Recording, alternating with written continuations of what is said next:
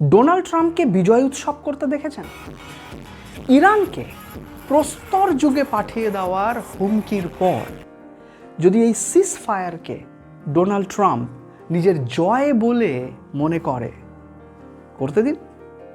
এটা কি ইরানের বিজয়ের একটা অংশ নয় যে আমেরিকাকে হারানোর পরেও তারা ডোনাল্ড ট্রাম্পকে দিয়ে বিজয় উৎসব করাতে বাধ্য করেছে? হরমুজ প্রণালীতে নিজেদের নিয়ন্ত্রণ হারিয়ে ট্রাম্প যদি বিজয় উৎসব করতে থাকে তো করতে দিন, কিন্তু একবার ইরানের দিকে তাকিয়ে দেখুন। যুদ্ধের মাটিতে এই বিরাট জয় পাওয়ার পরও ইরান নিজেকে নিয়ন্ত্রণ করতে জানে। ডিজে বাজিয়ে বিজয় উৎসব এরা করে না। শতাব্দী প্রাচীন একটি জাতির এই 40 দিনের লড়াই এবং এই যুদ্ধ জয়ের কাহিনীটা ইতিহাসের পাতায় স্বর্ণাক্ষরে লেখা থাকবে। আমেরিকার দর্পকে ভূলুণ্ঠিত করে যে 10টা শর্ত আমেরিকাকে মানতে ইরান বাধ্য করেছে তা এক কথায় অনবদ্য। আমেরিকার দেওয়া 15টা শর্তকে ইরান যেভাবে পত্রপাঠ প্রত্যাখ্যান করার সাহস দেখিয়েছে সারা বিশ্ব তাতে স্তম্ভিত। ইরান বলেছে এই সিজ ফায়ার যদি হয় তাহলে সেটা সম্পূর্ণ ইরানের শর্তে হবে, যেখানে কোনো অ্যাডজাস্টমেন্ট করা হবে না। আমেরিকা এক প্রকার বাধ্য হয়েছে এই শর্তগুলো মানতে। ডোনাল্ড ট্রাম্প সম্ভবত আমেরিকার একমাত্র প্রেসিডেন্ট যে আমেরিকাকে সব থেকে বেশি কালিমা লিপ্ত করল। আমেরিকার গ্রহণযোগ্যতা সারা পৃথিবীতে এই মুহূর্তে তলানিতে এসে ঠেকেছে। নিজের দেশে ট্রাম্প বিরোধী শক্তি এখন এতটাই প্রবল হচ্ছে যে প্রতিদিন ট্রাম্পকে অপসারণের আওয়াজটা বলিষ্ঠ হচ্ছে। যুদ্ধ শুরু হওয়ার পর ইসরায়েলের প্রধানমন্ত্রী নেতানিয়াহু বলেছিল যে আমেরিকা আমাদের সঙ্গ দেওয়ায় আমি 40 বছর ধরে ইরানে যা করতে চেয়েছিলাম এবার তাই করব। আর দেখুন ভাগ্যের কি পরিহাস, 40 দিনেই ইরান ইসরায়েলের মুখে কাদা লেপে দিয়েছে। দেখুন এই 40 দিনে ইরান তাদের সর্বোচ্চ নেতা আয়াতুল্লাহ আলী খামেনিকে হারিয়েছে। এই মানুষটা কাপুরুষ ছিল না, নিজের দপ্তরে অপেক্ষা করেছিল মিসাইল আক্রমণের, এবং সেই মিসাইল আক্রমণেই তার মৃত্যু হয়েছে। তার মৃত্যুটা ইরানকে ভাগ করে দিতে পারেনি, বরং তার মৃত্যুটা প্রত্যেকটা ইরানির মধ্যে দেশাত্মবোধকে তীব্র করেছিল। ইরানের প্রত্যেকটি বাচ্চা থেকে বুড়ো একসাথে হাতে হাত ধরে এই অশুভ শক্তির বিরুদ্ধে রুখে দাঁড়িয়েছে। এক এক করে তারা দেশের সর্বোচ্চ নেতাদের হারিয়েছে, কিন্তু তবুও ইরান নিস্তব্ধ হয়ে যায়নি। যুদ্ধের ময়দান ছেড়ে ইরান পালিয়ে যায়নি। এমনকি আমেরিকার ফাঁপা হুমকির সামনেও ইরানকে কখনোই দুর্বল মনে হয়নি। ভেবে দেখুন, ইরানের মতো ইসরায়েলের যদি কোনো সর্বোচ্চ নেতার মৃত্যু হতো তাহলে ইসরায়েল কি একদিনও এই যুদ্ধে টিকতে পারত?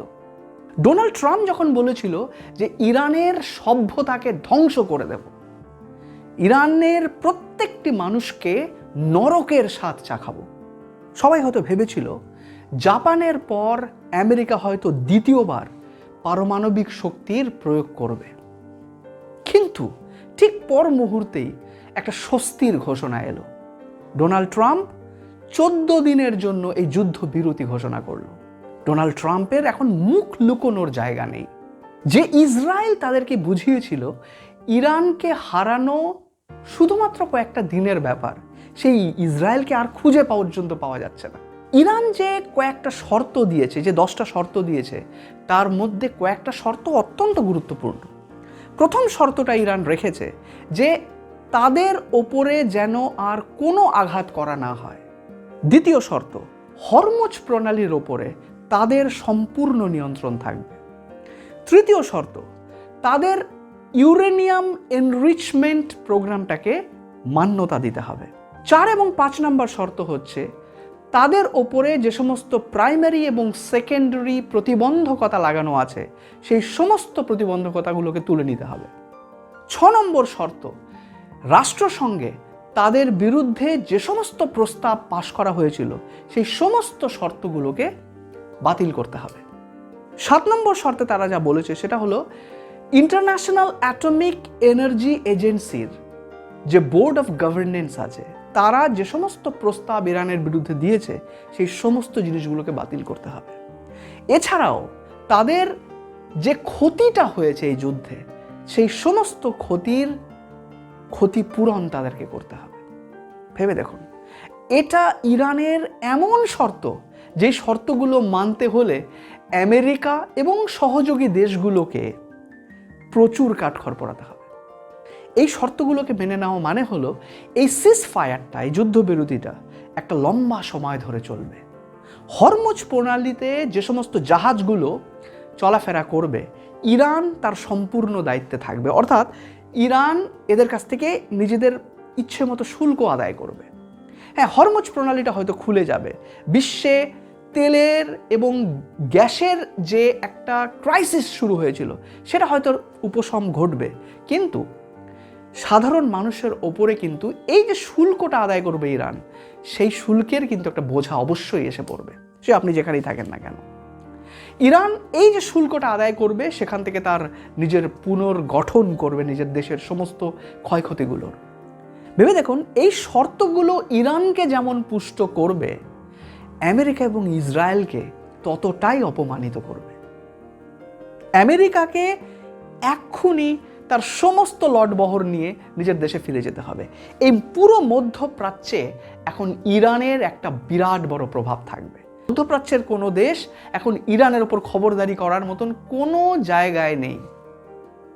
ইরান এই সমস্ত জায়গার ওপরে নিজের একটা গঠনগত প্রভাব বা একটা রাজনৈতিক প্রভাব কায়েম করবে। আর মনে রাখবেন, ইরানকে এবার কেউ পারমাণবিক অস্ত্রের বলিয়ান হতে আটকাতে পারবে না। ইরান কিন্তু নেক্সট নিউক্লিয়ার পাওয়ার হতে যাচ্ছে। আধুনিক যুদ্ধগুলোর মধ্যে এটা কি সব থেকে বড় সফলতা নয়? ইরানের পেছনে যেই দেশগুলো ছিল, যেমন চায়না, যেমন রাশিয়া, যেমন সাউথ কোরিয়া, এদের প্রভাবও মিডল ইস্টে একটা বড় আকার নেবে। কারণ ইরানকে কৌশলগতভাবে এরা নানা রকম সাহায্য করে গেছে এই যুদ্ধে আমরা সেটা বিভিন্ন সময় দেখেছি, তার প্রমাণও পেয়েছি। অর্থাৎ মধ্যপ্রাচ্যে এখন ইরানের প্রভাব একটা বিরাট আকার ধারণ করবে। ইরান তার সমস্ত শত্রুপক্ষকে হুঁশিয়ারিও দিয়েছে যে এই শর্তগুলো যদি মানা না হয় তাহলে ইরানের আঙ্গুল কিন্তু বন্দুকের ট্রিগারের মধ্যে সবসময় রয়েছে, যে কোনো মুহূর্তে তারা সেই ট্রিগারে চাপ দিতে পারে। অর্থাৎ ইরানকে এখন আর টলানো সম্ভব নয়। ইউরোপ বহুবার আমেরিকাকে সতর্ক করেছিল যে মধ্যপ্রাচ্যে দাদাগিরি বন্ধ করো, কারণ মধ্যপ্রাচ্যে জয় করা, মধ্যপ্রাচ্যের কোনো বড় দেশকে জয় করা, ইরানের মতন কোনো দেশকে জয় করা অতটা সহজ ব্যাপার নয়। আমেরিকা শোনেনি। এবার দেখুন, একসময় হরমুজ প্রণালী সবার জন্য উন্মুক্ত ছিল, কিন্তু এখন এই যে যুদ্ধ হলো সেখানে ইরান এমন একটা বলিয়ান শক্তি হিসাবে এগিয়ে আসলো যে এখন কিন্তু হরমুজ প্রণালী আর কারো জন্য উন্মুক্ত নয়। ইরান যাকে অ্যালাউ করবে তারাই কিন্তু সেই হরমুজ প্রণালী দিয়ে যাতায়াত করতে পারবে এবং উপযুক্ত শুল্ক প্রদান করে। সুতরাং এই মুহূর্তে মিডল ইস্ট একটা ট্রানজিট পিরিয়ডের মধ্যে আছে। আমেরিকার যে একটা দখলদারি বা একটা বড় প্রভাব ছিল, সেই প্রভাব থেকে মিডল ইস্ট বেরিয়ে এখন সেটা ইরানের আওতায় যাচ্ছে। আগামী দিনে কি হবে আমাদের অপেক্ষা করতে হবে, আমাদের দেখতে হবে ইরানের নীতি বা ইরানের প্রভাবটা পুরো মিডল ইস্টের সমস্ত দেশগুলোকে কিভাবে প্রভাবিত করে। আপনার কি মনে হয় এই সিজ ফায়ারটা কতদিন চলতে পারে? এই সিজ ফায়ারটা কি সত্যি আমেরিকার একটা পরাজয়, ইসরায়েলের একটা পরাজয় আর ইরানের একটা বিরাট জয়? কমেন্ট করে জানান। এই ধরনের জিওপলিটিক্সের ভিডিও পেতে আমাদের চ্যানেলের সঙ্গে থাকুন। আর আমি শুধু এই চ্যানেলে জিওপলিটিক্সই নয়, এখানে বেশ কিছু লাইফ ডেভেলপমেন্টের এবং পার্সোনালিটি ডেভেলপমেন্টের টিপস অ্যান্ড ট্রিক্স দিয়ে থাকি। আপনারা আমাদের চ্যানেলের সঙ্গে থাকুন। এখনও যদি চ্যানেলটিকে সাবস্ক্রাইব না করে থাকেন অবশ্যই সাবস্ক্রাইব করুন, লাইক করুন এবং এই ভিডিওটা যদি আপনাদের ইনফরমেটিভ মনে হয় তাহলে সবার মধ্যে একটু শেয়ার করে দিন। ফিরছি খুব শিগগিরই আর একটা গুরুত্বপূর্ণ ভিডিও নিয়ে। খুব ভালো থাকবেন।